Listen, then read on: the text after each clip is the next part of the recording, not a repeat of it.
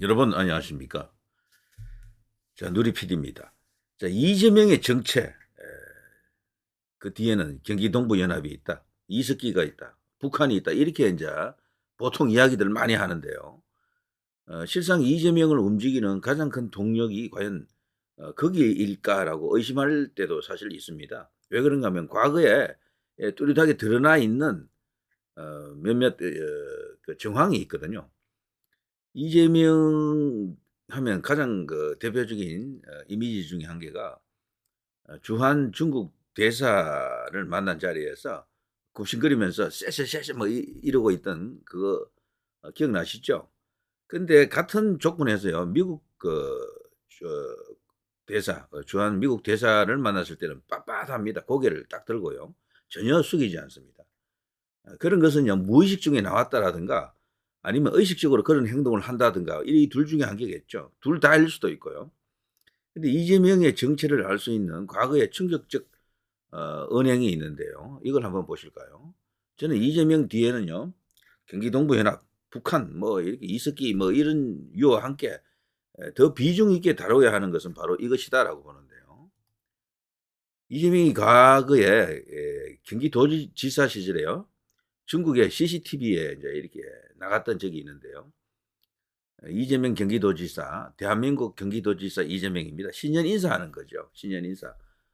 우리나라에서 이 신년 인사에요, 중국을 향해서 이렇게 노골적으로 구애하는 정치인들이 몇몇 있는데, 대표적인 인물이 이제 문재인, 박원순, 뭐 이 두 사람으로 알고 있지만 실상 그 둘을 능가하는 인물이 바로 이재명입니다.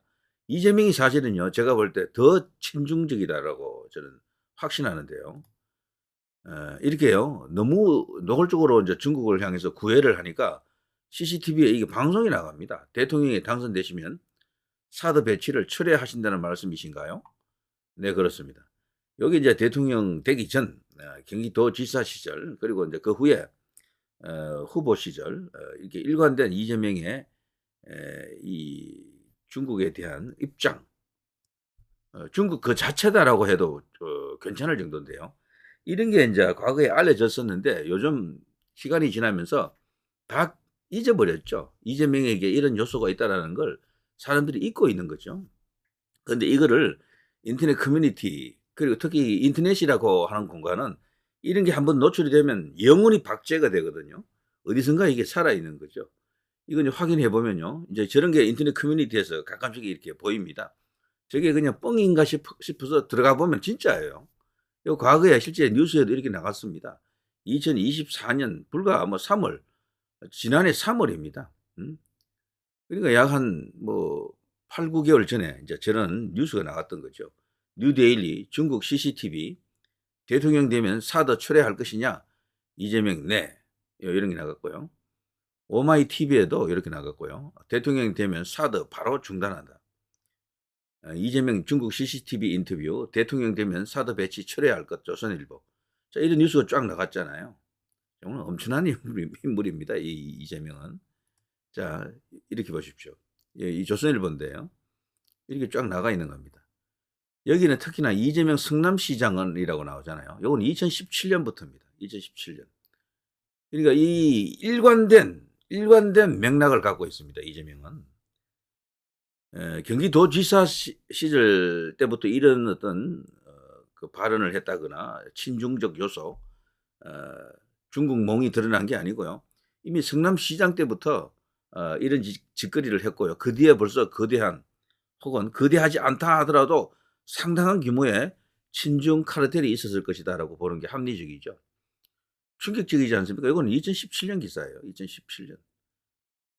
이재명 성남시장은 중국 관영 매체 CCTV와의 인터뷰에서 대통령이 되면 사드 배치 철회한다, 이렇게 쭉 나와 있습니다. 뭐 이유로는 영내 긴장감만 높인다 라면서 이렇게 CCTV에 나갔던 내용들이 이렇게 나와 있죠. 이런 게 이제 이재명이고요. 자, 또 다른 그 내용을 보게 되면 요거는 뉴데일리에서 이제 나갔던 기사인데요. 요거는 2024년 3월, 2024년 3월 요 지난해 나갔던 겁니다. 여기는 내용이 더 이제 자세한데요. 이때 당시에 했던 그 발언을 갖고 다시 이제 재조명한 것이죠. 그런데 확실히 이제 팩트인 것은 이제 드러났고요. 이 당시 이제 대선 뭐 어쩌고 저쩌고 하는 것은 장미 대선 그걸 이제 말하는 것으로 보입니다. 자, 여기서 이재명이가 무슨 말을 했느냐?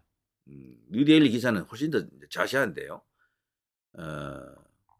이재명이 당시 중국을 향한 셰셰 고맙다라는 뜻이죠. 그 발언이 논란이 크게 됐었죠.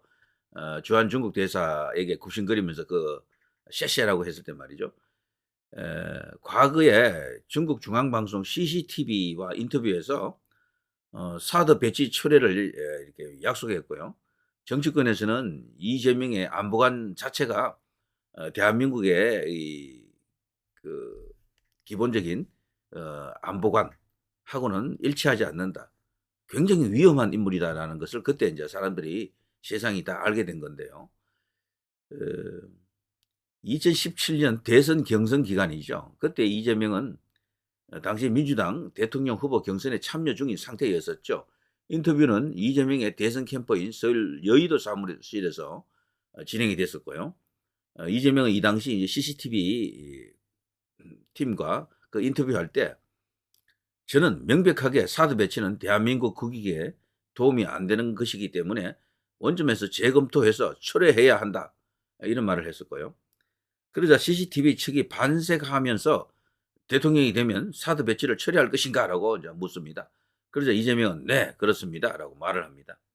요건요, 이 중국 안에서 그 CCTV에서 여러 차례 방영이 되었습니다. 이게 2017년 3월 7일 이날은요, 오산 공군기지에서 사드 미사일 발사대가 도착한 날이죠. 한 달 후인 4월 26일에 경북 성주시에 사드 장비가 들어갔고요. 자, 그에 앞서 이제 이재명은 충남 당진시장 지원 유세 할 때인데요. 그때 이런 말을 했습니다. 중국의 쎄쎄, 대만에도 쎄쎄 이러면 되지. 왜 중국에 집집거리느냐? 양안, 중국, 대만 문제에 우리가 왜 개입하느냐?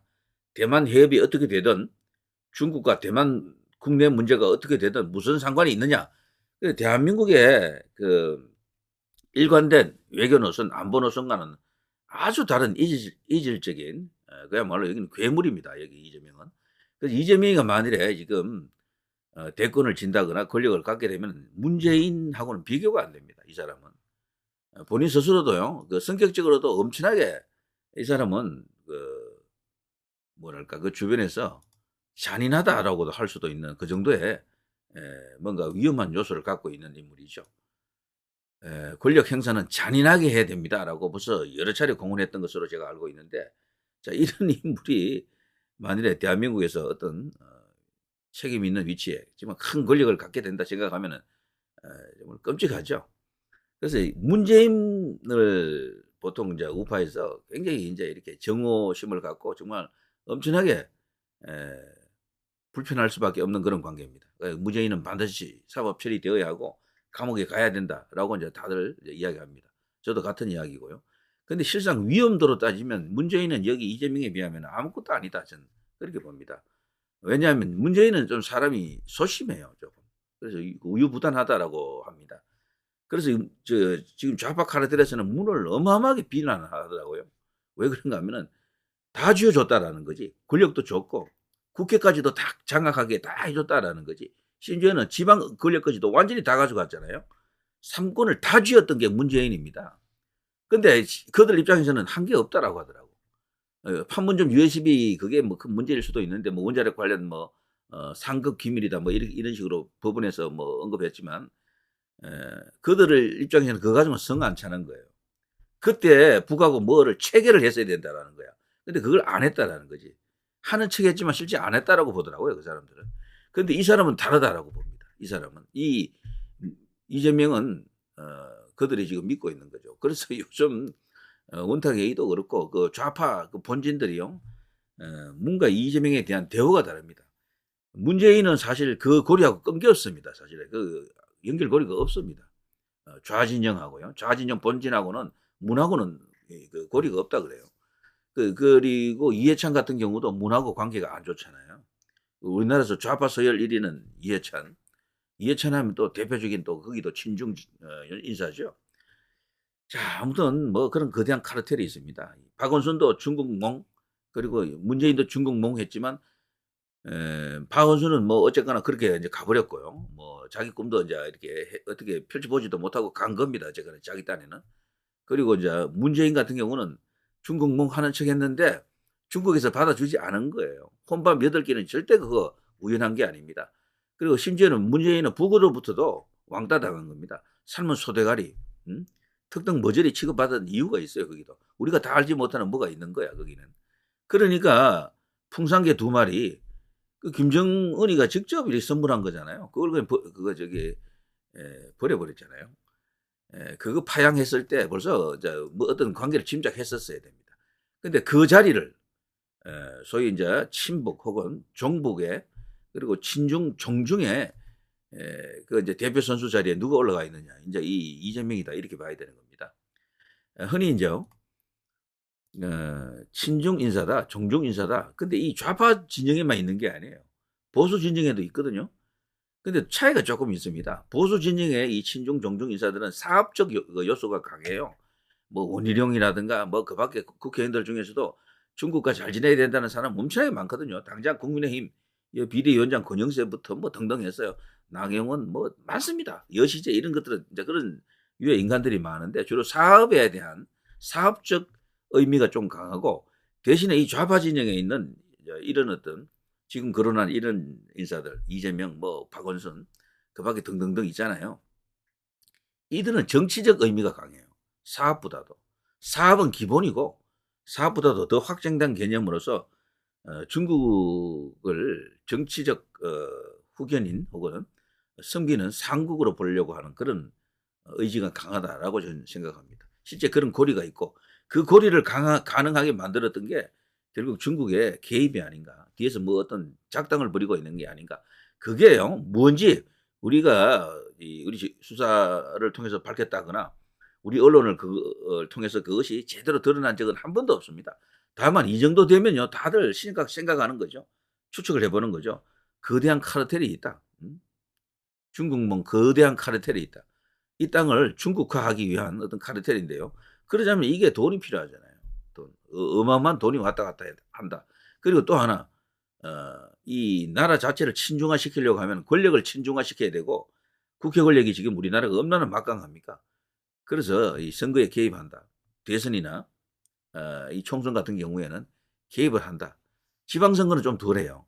요 두 선거는 그들이 컨트롤하고 있다. 이렇게까지 이제 볼 수밖에 없는 그런 환경이죠. 자, 그러니까 결국 윤 대통령이 이번에 계엄을 선포한 것은 거대한 중국 카르텔, 대북 카르텔, 북한 카르텔, 이들과의 전쟁인 거죠. 그리고 그중에서도 가장 핵심적인 것은 부정선거. 정말 엄청난 일입니다. 그 모든 것이 집약되어 있는 인물이 이재명이 아닐까, 그렇게 볼 수밖에 없는 그런 정황이 너무도 많습니다. 너무도.